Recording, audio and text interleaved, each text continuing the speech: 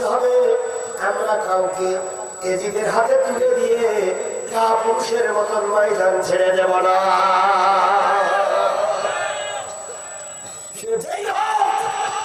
সে আমার দিনী ভাই, কথা বলে ঠিক যাবে ঠিক। সে কিন্তু মানুষ হোক, কিন্তু সে আমার কি ভাই? আপন ভাইয়ের চাইতে দিনী ভাইয়ের পরিচয়টা সবচেয়ে গুরুত্বপূর্ণ।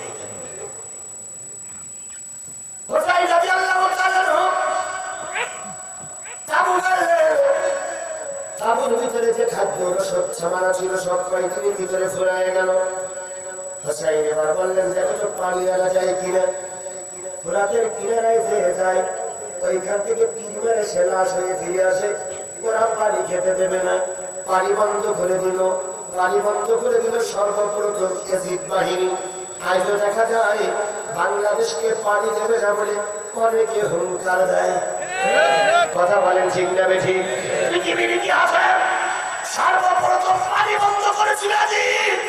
আজও যারা মানুষের পানি বন্ধ করে এরা সব এজিদের বংশধর, এদের শরীরে এজিদের রক্ত।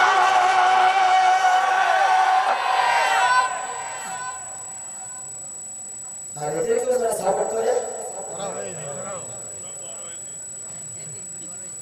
এরা হলো এজিদের নাতিপুতি।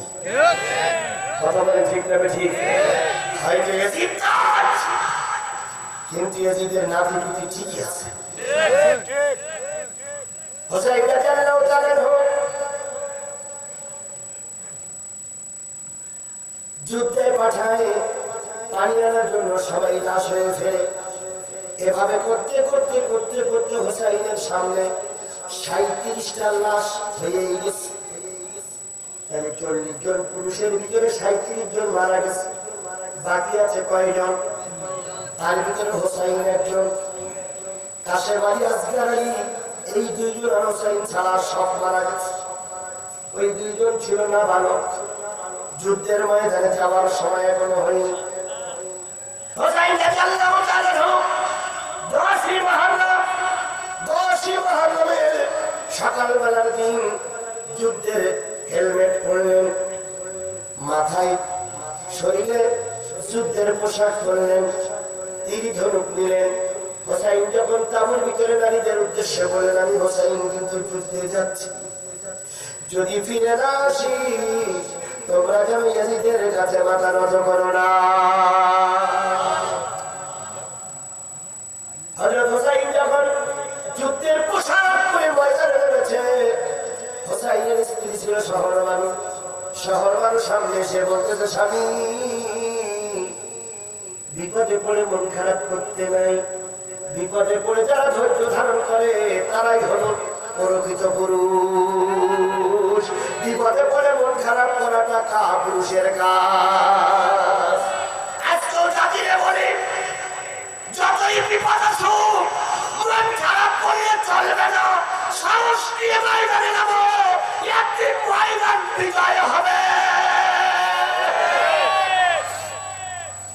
আধারে ভয় পেও না, আধারে ভয় পেও না, আলো আছে আড়ালে, কালো সব দূরে যাবে তুমি উঠে দাঁড়ালে।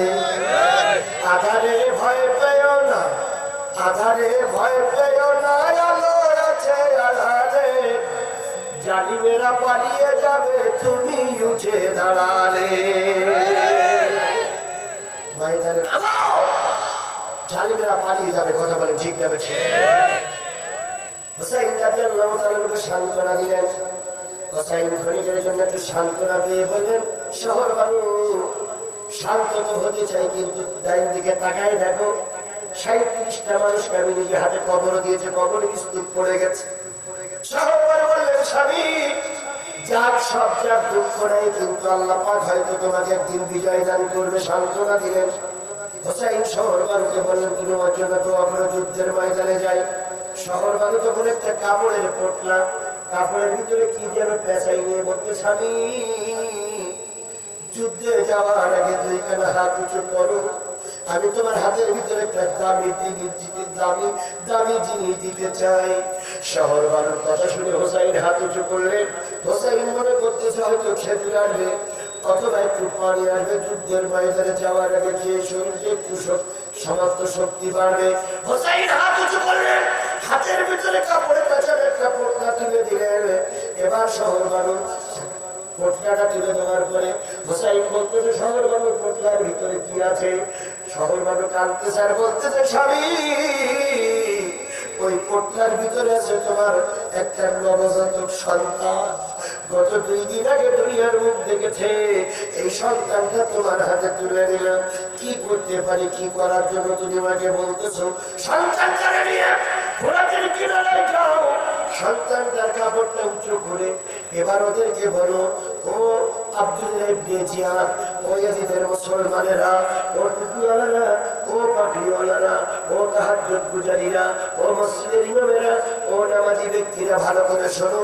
আমি হোসাইন আর তোমরা ইয়াজিদের লোক, তোমার সঙ্গে আমার দ্বন্দ্ব থাকতে পারে, তোমার সঙ্গে আমার ক্ষমতার দ্বন্দ্ব থাকতে পারে, তোমার সঙ্গে কোরআন হাদিস প্রতিষ্ঠার দ্বন্দ্ব থাকতে পারে, কিন্তু 3 দিন 2 দিনের ছোট্ট শিশুটার সঙ্গে তো কোনো দ্বন্দ্ব নাই রে ভাই। আমার এই ছোট্ট শিশুটা পানি না খেয়ে পড়ে মৃত্যুর করে ঢলে পড়বে। ও আমার মুসলমান ভাই, দয়া করে আমার সন্তানটার একটু পানি পান করতে দাও। আমি কথা দিলাম, সন্তানটা পানি পান করবে। শহর বাড়ি বসে আছে, যদি সন্তানটা পানি পান করে দিতে পারে, ওর জিহ্বাটা চুষে চুষে আমি একটু তৃষ্ণা নিবারণ করবো। ওর গাটা যদি ভিজে থাকে, ভিজা গা গুলামি চেটে চেটে একটু পানি নিব। ওর পাটা যদি ভিজে থাকে, ওর পা থেকে কিছু পানি সংগ্রহ করবো। আমি আর তৃষ্ণা তো সহ্য করতে পারি না, আর কত কষ্ট মালিক আমাকে দেবে। এভাবে করে শহর মানুষ কাঁদতেছে হুজরাখানায় বসে।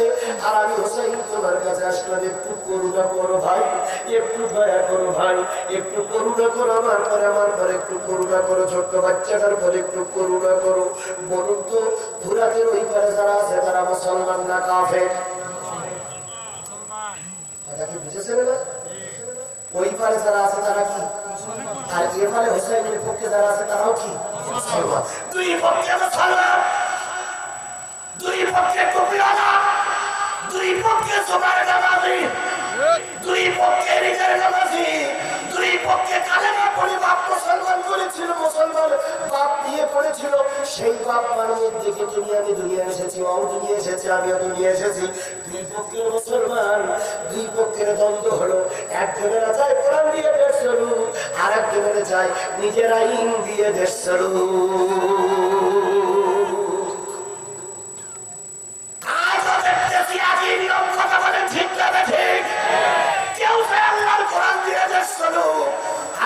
আর কেউ চায় বাবার আইন দিয়ে দেশ চলুক, স্বামীর আইন দিয়ে দেশ চলুক, তার আইন দিয়ে দেশ চলুক।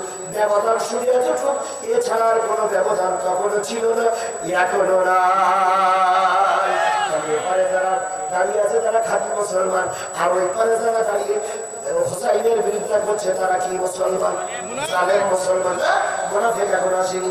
জালেম মুসলমান আর খাঁটি মুসলমানের ব্যবধান চলতেছে। মুনাফিক এখনো ঢুকিনি, মুনাফিক ঢুকবে। সবাই দেবেন না? বুঝতে পারতেছে দেবেন? তাহলে এই লোকগুলোকে বসলে আমি খুব খুশি হব, খুব খুশি হব।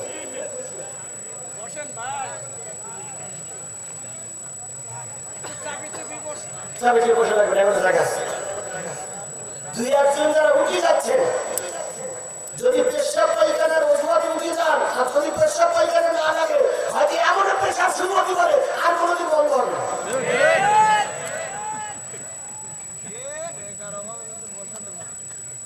আর যদি একাধিক পেশাব পায়খানা লাগে যেতে পারবে, তবে এখানে ছেড়ে দিন সমস্যা, তার নীতি এখনো অনেক ভালো। এটা কি উদ্ধার করেছে? কথা ফিরিয়ে নিল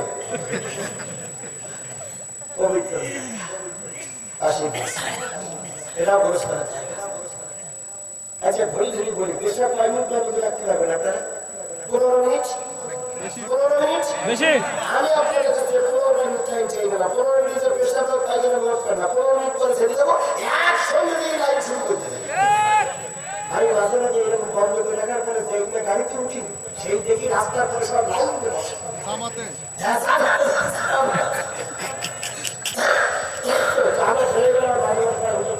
বন্ধ করে রেখেছিলেন, এবার সব লাইন দিয়ে রেখেছে।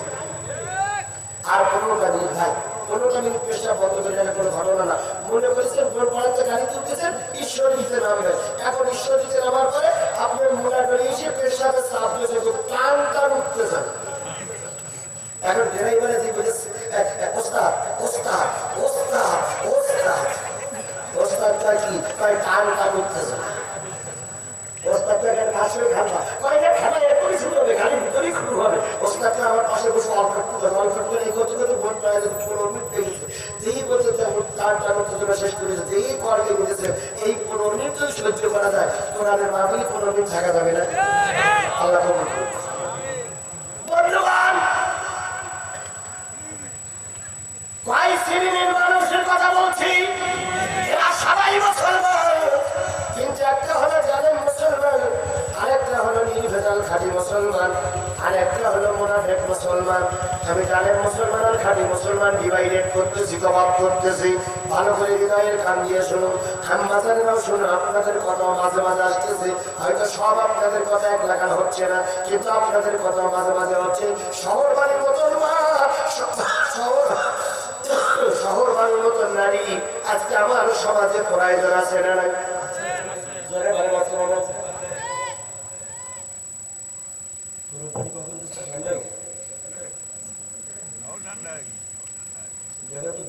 একটু হাই যে জিনিসটা বোঝাতে চাচ্ছিলাম, হোসাইন রাদিয়াল্লাহু তাআলা ফুরাতের কিনারায় যে ছোট্ট বাচ্চাটা কি করেছে? কাপড় চোপড় খুলে উঁচু করেছে। আমি অন্যায় করেছি, তোমাদের কারোর কাছে তোমাদের সেরকম দ্বন্দ্ব থাকতে পারে, কিন্তু 3 দিনের শিশুটা তো কোনো অন্যায় করিনি। একটু পানি খেতে দেয় ভাই, পানির জ্বালায় ছেলেটা মারা যাচ্ছে, একটু পানি খেতে দাও। তাবুতে সবাই পানির জ্বালা হুঙ্কার করছে, হাহাকার করছে, পানি দাও। ওরা তখন চিন্তা করলো, ওই এজিদের ভিতর থেকে কিছু কিছু লোক বলতেছে, ভাই ভাই তাই তো কথাটা ঠিক, হোসাইনের সঙ্গে আমাদের দ্বন্দ্ব নেই। আল্লাহর আইন চালু করতে যাচ্ছে, আমার সরকার নিজের আইন চালু করতে যাচ্ছে, দ্বন্দ্ব তো এই জায়গায়। কিন্তু ওই ছোট্ট বাচ্চারা তো কোনো অন্যায় করি, বাচ্চাদের পানি ভর্তি কি বা সমস্যা? এক কাজ করে কেউ তিল নিল না, পানি খেয়ে চলে যাক।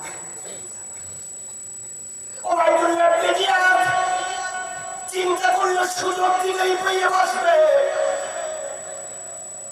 একজনকে ডেকে বলল, তোমার তীর তো খুবই নিখুঁত, এখান থেকে তীর নিক্ষেপ করবে, তীরটা উঁচু করে সন্তানের বুকের পরে পড়বে। ওই তীর মাথায় কিছু বিষ মিশাই নাও, বিষ মিশ্রিত তীর সন্তানকে ভেদ করে হোসাইনকেও যেন মেরে দিতে পারে। তাহলে ঝামেলা সব কি হয়ে যাবে? পরিষ্কার হয়ে যাবে, পথের কাটা আর কেউ থাকবে না। সুদক্ষ তীরন্দাজ ফুরাতের কিনারে এসে তীর নিক্ষেপ করলো, তীরটা নদী ভেদ করে এসে হোসাইনের উঁচু করা সন্তানের বুকের পরে বিঁধে গেল। 3 দিনের ছোট্ট শিশুটা 2 খণ্ড হয়ে গেল, একদিকে মাথা আর একদিকে 2খানা পা, হোসাইনের বুক জোড়া রক্ত। হোসাইন 2টা খণ্ড উঁচু করে বলতেছে, নানা তোমার উম্মতেরা আমার বংশধরকে খুন করলো রে নানা, একটুবার তাদের কোনো মায়া হলো না। হোসাইন 2টা খণ্ড বুকের ভেতরে দিয়ে বলতেছে, রে আল্লাহর বান্দা ভিতর কেমন বাবা, মরার সময় তোর আমি কোনো উপকার করতে পারলাম না, একটু পানিও তোরে খেতে দিতে পারলাম না, একটু পানিও তোরে দিতে পারলাম না। আমি বড় অসহায় বাবা রে, এত কিছু থাকার পরও আমি তোর কোনো উপকার করতে পারলাম না। আজকে আমরা একই জিনিস দেখতেছি, আমার সন্তানকে ডেকে নিয়ে রাজপথে কোনো স্কয়ারে বেরিয়ে দিয়ে যায়, আর তারা এসে আবার নিজেরা কবর দিয়ে যায়। আমি বাবা ঘরের ভিতরে বসে বসে নীরব নিথর হয়ে তাকিয়ে থাকি, আর চোখের পানি ফেলি, একটিবার কিছু বলতে পারি না।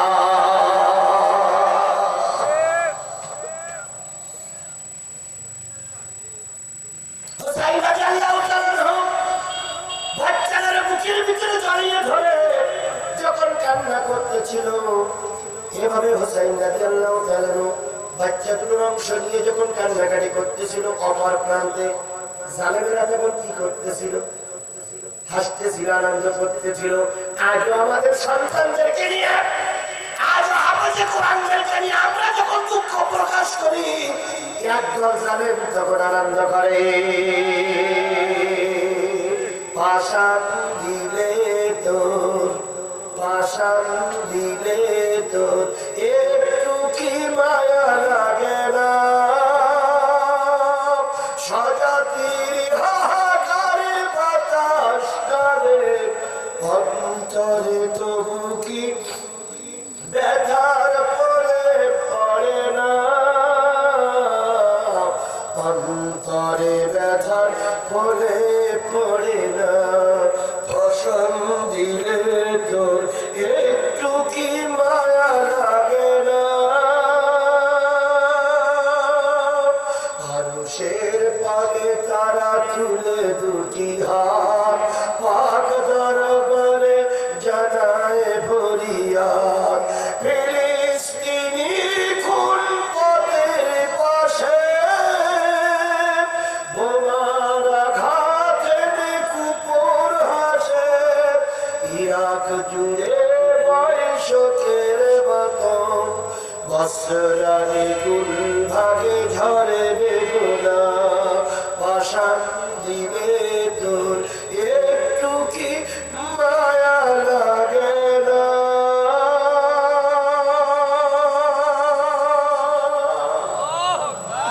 এরকম পাষাণ জেলের মানুষ আমার সমাজে আছে না নাই? কয় গ্রুপ মুসলমান? একটা জালেম, একটা খাঁটি, একটা মুনাফিক। জালেম আর খাঁটি মুসলমানের আলোচনা হচ্ছে, মুনাফিকের আলোচনা চলবে। হোসাইন ছোট্ট বাচ্চারা নিয়ে এসলো, এরপর হোসাইন কিভাবে শাহাদাত বরণ করলো কথাটা বলতে আমার 10টা মিনিট সময় লাগবে। 10টা মিনিট সময়কে আপনারা দেবেন? কারা কারা দেবেন হাত তোলেন, একটু দেখান। আমরা 10 মিনিট সময় আপনাকে দেবেন, দিবেন তো? দিবেন তো? মাশাআল্লাহ, আল্লাহ আপনাদের কবুল করুন। সকলে বলুন আমিন। এখানে আমরা যারা বসে আছি গুরুস্থান পাশে, গুরুস্থানে যারা যায় তারা আর কখনো ফিরে আসে? আপনিও কি তার ফিরে আসতে পারবেন? পারবো না। এখন গুরুস্থান ব্যক্তিদের কল্যাণের জন্য যদি আমরা দুইটাই ঠিক টাকা দিই, হয়তো ওদের সিলাই করে আল্লাহ পাক আপনাকে আমাকে মাফ করে দিতে পারে। এই জন্য পকেটে যদি 20টা টাকা থাকে, আমি যদি আপনার কাছে 20টা টাকা চাই গুরুস্থানের জন্য, দেওয়া যাবে? এতক্ষণ কিন্তু চুপচাপ বলেছিল, যেই টাকা চাওয়া হবে সেই কিন্তু কিছু লোক চলে যাবে। আমি কিন্তু আমার আলোচনা বাধাই রাখবো না।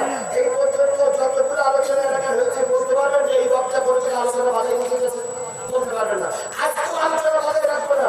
মাঝখানে শুধু 20টা টাকা দাবি করবো। 20টা টাকা পকেটে আছে, কাছে হাত তোলেন তো। যার যার 20 টাকা আছে কারে তো হাত তোলেন, হাত তোলেন, হাত তোলেন, হাত তোলেন। ভাই টাকা যদি হাত না তোলে, এই হাত করে কেউ যদি থাকে না, টাকা ছিল হাত তোলেন, তোলেন, তোলেন, তোলেন, তোলেন। যার কাছে আছে 20 টাকা থেকে 10 টাকা দেবেন, তাও হাত তোলেন, তোলেন। এইবার এই হাতগুলো সব পকেটে, আমি সব পকেটে, সবাই পকেটে, সবাই পকেটে দেন, সবাই দেন, সবাই দেন। দিয়েছেন, এইবার বের করেন, সবাই বের করেন। 5 টাকা, 10 টাকা, 20 টাকা, 50, 100, 200, 500, 1000, 2000, 5000, 10,000, 50,000, 1 লাখ, 50 লাখ। কারা কারা বের করেছেন?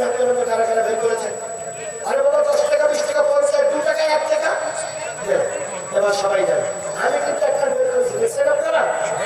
এবার যারা যারা, হ্যাঁ, মহিলা আমাদের কাছে প্যাকেট চলে গেছে, আমরা জানাও দেবেন, যারা যারা দেবেন।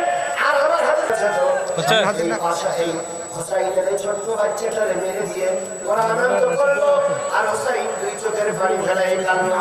আমরাও দেখেছি আমাদের সন্তানদের রাস্তাতে বলা হয়, ওরা আনন্দ করে, আর আমাদের মা বোনেরা কাঁদে। এই জালেম যারা হোসাইন সন্তান তারে নিয়ে যখন বাড়ি ফিরে আসলো, শহর মানুষ দরজায় দাঁড়িয়ে বলতেছে, স্বামী কতক্ষণ পানি পান করেছেন? এবার হোসাইন বলতেছে, শহর মানুরে শেষ পানি পান করেছে, আর কখনো পানির জন্য আবদার করবে না।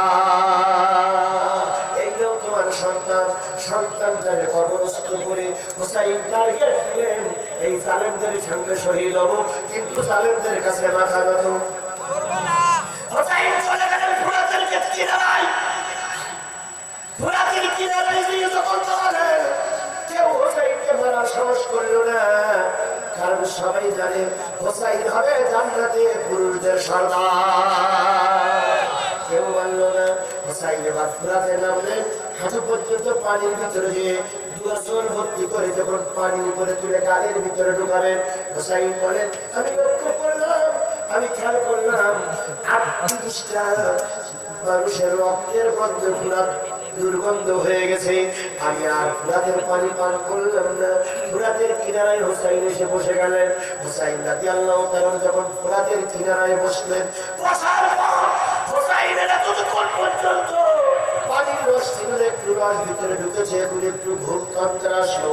ওই দিন ছিল 10ই মুহররম, শুক্রবারের দিন। হুসাইন একটা গাছের গায়ে হেলান দিয়ে সেই একটু তন্ত্রাচ্ছন্ন হলেন। সেই ওই ইয়াজিদ ইবনে কি বলে ওবাইদুল্লাহ ইবনে জিয়াদের পার্টি পার হয়ে এসে হুসাইনকে চারিপাশ থেকে ঘিরে ফেলল। কে মারবে হুসাইনের গায়ে তীর, কে মারবে হুসাইনের গলায় ছুরি, কে মারবে হুসাইনের গলায় চবক, এই নিয়ে যখন নিশ্চিত করতেছিলেন, একজন অসংখ্য দূর থেকে একটা তীর মারল, হুসাইনের গায়ে চোখের ভিতরে ঢুকে পড়ল। হুসাইন রাদিয়াল্লাহু তাআলা ডান হাত দিয়ে জেগে তীরটা উঁচু করতে যখন তীরটা বাইর করলো, তীরের সঙ্গে ডান চক্ষুটাও বাহির হয়ে আসলো। হুসাইন তীরটা উঁচু করে বলতেছে, দাদা জান্নাতের ভিতর থেকে তাকিয়ে দেখো, তোমার উম্মতেরা তোমার হুসাইনের চোখটা ফুটো করে দিয়েছে। বাম চোখে তীর পড়লো, ডান বগলে তীর পড়লো, বাম বগলে তীর পড়লো।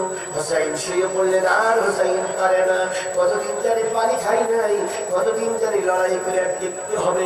এভাবে করে চারিদিক থেকে ঘিরে ফেললো। কেউ বা হুসাইনের পা ধরে টানে, কেউ বা মারতে চায়। হঠাৎ করে একজন মুখে চড়ে বসলো। হুসাইনের গলায় ছুরি চায়, কিন্তু হুসাইনের গলায় ছুরি যাবে না।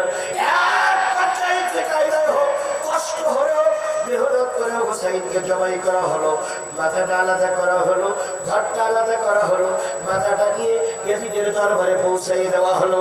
ইয়াজিদের দরবারে ধর চলে গেল, ইয়াজিদের দরবারে মাথা চলে গেল। আর যে ধরটা, যে বড়িটা পড়েছিল, এই বড়িটা রাজপথে পড়েছিল ইরাকের মাটিতে। ইরাকের মাটিতে পড়ে থাকলো, ওর থেকে শরীরের সমস্ত কাপড় খুলে দিয়ে রাজপথে হুসাইনকে সহায় দিল। হাজার হাজার ঘোড়া ওই হুসাইনের শরীরের উপর দিয়ে চলে গেল। এক পথে হাড় মাংস, তারপরে কি শরীর, গোশত, শিরা, উপশিরা আলাদা হয়ে গেল।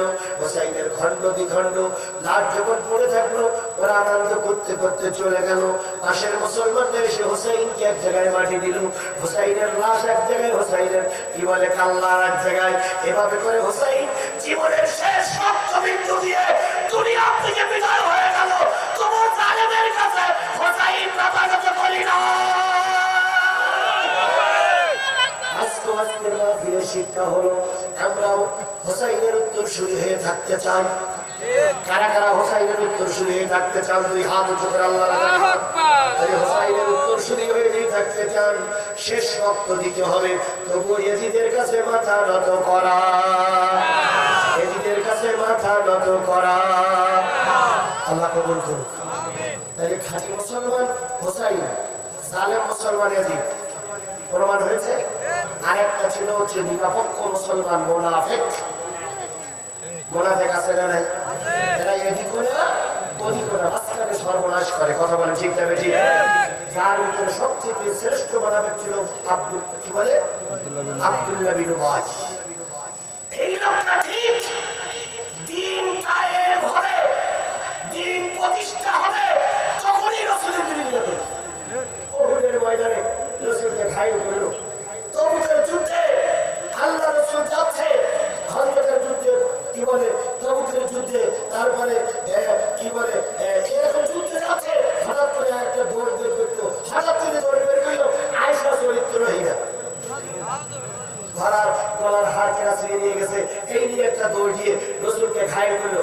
এই আব্দুল্লাহ ইবনে উবাই ইবনে সুলুলের জাতিরা মুনাফিক আজ আমার সমাজে আজও আছে। কথা বলেন ঠিক না বেঠিক? সুযোগ বুঝে ইসলামের বিরোধিতা করে আমরা জালেম হতে চাই না, আমরা মুনাফিক হতে চাই না, আমরা খাঁটি মুসলমান হয়ে মৃত্যুবরণ করতে চাই। আল্লাহ আমাদের কবুল করুন, সকলে বলেন আমিন। আমরা সবাই একসাথে এখন বাড়ি দেবো ইনশাআল্লাহ। আসুন আমরা দোয়া করতে চাই। জানেন ভাই, দোয়া হবে। আপন জনেরা কবরে বসে আছে, নিশ্চয়ই বাড়ি যখন ফিরবেন তখন